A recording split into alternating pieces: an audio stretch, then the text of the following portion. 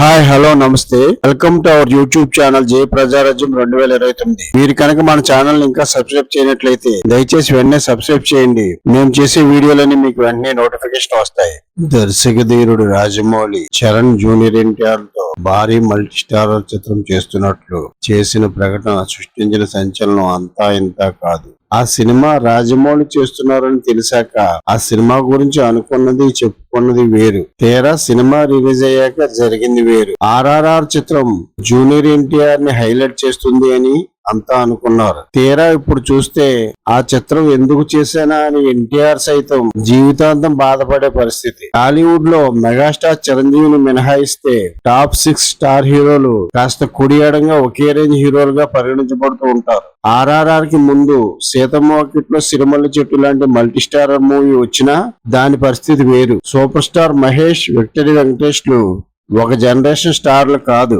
పైగా ఆ చిత్రంలో వాళ్ళిద్దరిలో ఒకరు హైలైట్ కావడం కంటే కూడా ప్రకాష్ రాజ్, అంజలి పాత్రలు హైలైట్ అయ్యాయి. కానీ RRR పరిస్థితి అలా కాదు. ఒకే జనరేషన్ కి చెందిన ఇద్దరు స్టార్ హీరోలు కలిసి నటించారు. ఎన్టీఆర్, ఏఎన్ఆర్ లు ఎన్నో సినిమాల్లో కలిసి నటించారు. కృష్ణ, సోహన్ బాబు, కృష్ణరాజులు కూడా చాలా సినిమాల్లో కలిసి నటించారు. కానీ ఆ తర్వాత జనరేషన్ అయిన మెగాస్టార్ చిరంజీవి, బాలకృష్ణ, నాగార్జున, వెంకటేష్లో ఏ ఇద్దరు కూడా కలిసి నటించలేదు. అలాంటి పరిస్థితుల్లో దాదాపు 40 సంవత్సరాల తర్వాత టాలీవుడ్ లో వచ్చిన మల్టీ స్టార్ మూవీ RRR. అది పాన్ ఇండియా రేంజ్ చిత్రం. ఆ సినిమా తలపెట్టినప్పుడు చాలా మంది అనుకున్నది ఏమిటంటే RRR సినిమాలో జూనియర్ ఎన్టీఆర్ హైలైట్ అవుతారని. అలా అనుకోవడానికి బేస్ ఉంది. దర్శకధీరుడు రాజమౌళికి జూనియర్ ఎన్టీఆర్ తో ఉన్న అనుబంధం గురించి అందరికీ తెలిసిందే. రాజమౌళి తొలి చిత్రం తీసింది జూనియర్ ఎన్టీఆర్ తోనే, ఎక్కువ చిత్రాలు తీసింది జూనియర్ తోనే. అలాంటి అనుబంధం వారి మధ్య ఉన్నప్పుడు ఇద్దరు హీరోల మల్టీ స్టారర్ ని రాజమౌళి తీస్తుంటే మరో హీరో ఎవరైనా సరే జూనియర్ ఎన్టీఆర్ కి సినిమాలో ప్రాధాన్యత ఉంటుందని చాలా మంది అనుకోవడంలో తప్పులేదు. కానీ వాళ్ళంతా అక్కడే రాజమౌళి తక్కువ అంచనా వేశారు.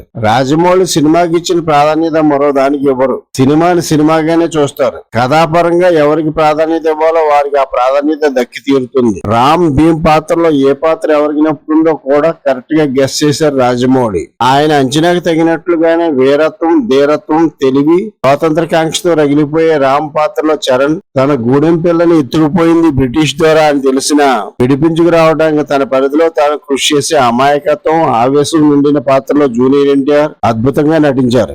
రామ్ పాత్రని రాజమౌళి తీర్చిదిద్దిన విధానం అయితేనేమి, ఆ పాత్రని అదే స్థాయిలో చరణ్ ప్రాణం పెట్టి చేయడం వలన అయితేనేమి రామ్ పాత్రకి, చరణ్ కి గ్లోబల్ లెవెల్లో అదిరిపోయే అప్లాజ్ లభించింది. జేమ్స్ బాండ్ రైటర్, అంతర్జాతీయ స్థాయి ఫేమస్ డైరెక్టర్లు James Cameron, Steven Spielberg, Hollywood hero Lucas Bravo తదితరులంతా రామ్ పాత్రని, చరణ్ ని ప్రశంసలతో ముంచెత్తారు. సినిమా రిలీజ్ రోజే తన ఫ్యాన్స్ థియేటర్స్ లో గొడవ చేయడంతో వారి అసంతృప్తిని కనిపెట్టిన ఎన్టీఆర్ కి ఇదంతా ఆగని తలనొప్పిగా మారి ఉంటుందంటలో సందేహం లేదు. సినిమా రిలీజ్ అయిన 3 ఏళ్ల తర్వాత కూడా జూనియర్ ఎన్టీఆర్ కి ఈ శోభ కొనసాగుతూనే ఉండడం విచిత్రం. తాజాగా ప్రపంచ ప్రఖ్యాత ఆస్కార్ సంస్థ ఓ ప్రకటన చేసింది. 2027 సంవత్సరం నుంచి స్టంట్స్ కోరియోగ్రఫీ విభాగంలో కూడా ఆస్కార్ అవార్డు ఇవ్వనున్నట్లు ప్రకటించింది. ఈ స్టంట్ అవార్డు ప్రకటన లోగోలో హాలీవుడ్ చిత్రాలు Everything Everywhere All at Once still, Mission Impossible Hollywood hero Tom Cruise still తో పాటు RRR నుంచి రామ్ చరణ్ స్టిల్ ను ఉంచడం ఇండియన్స్ అందరినీ సంభ్రమాశ్చర్యాలకు గురిచేసింది. ప్రపంచ స్థాయిలో విశేషమైన పాపులారిటీ ఉన్న ఆస్కార్ సంస్థ తన ప్రకటన లోగోలో ఇద్దరు పాపులర్ హాలీవుడ్ హీరోలతో పాటు ఇండియన్ హీరో రామ్ చరణ్ కు చోటు ఇవ్వడం ఇండియన్స్ అంతా ప్రౌడ్ గా ఫీల్ అవుతున్నారు. మరి ఊరికే గ్లోబల్ స్టార్ అనేరుగా ఇంత గర్వపడే విషయం అయినా పాపం ఈ అంశం మరోసారి జూనియర్ ఎన్టీఆర్ ని, ఫ్యాన్స్ ని షాప్ గురి చేయకుండా ఉంటుందా? So PT. ఈ వీడియో కనుక మీకు నచ్చినట్లయితే లైక్ చేయండి, షేర్ చేయండి. మన జై ప్రజారాజ్యం 2029 ఛానల్ ని సబ్స్క్రైబ్ చేయండి. Thank you one and all.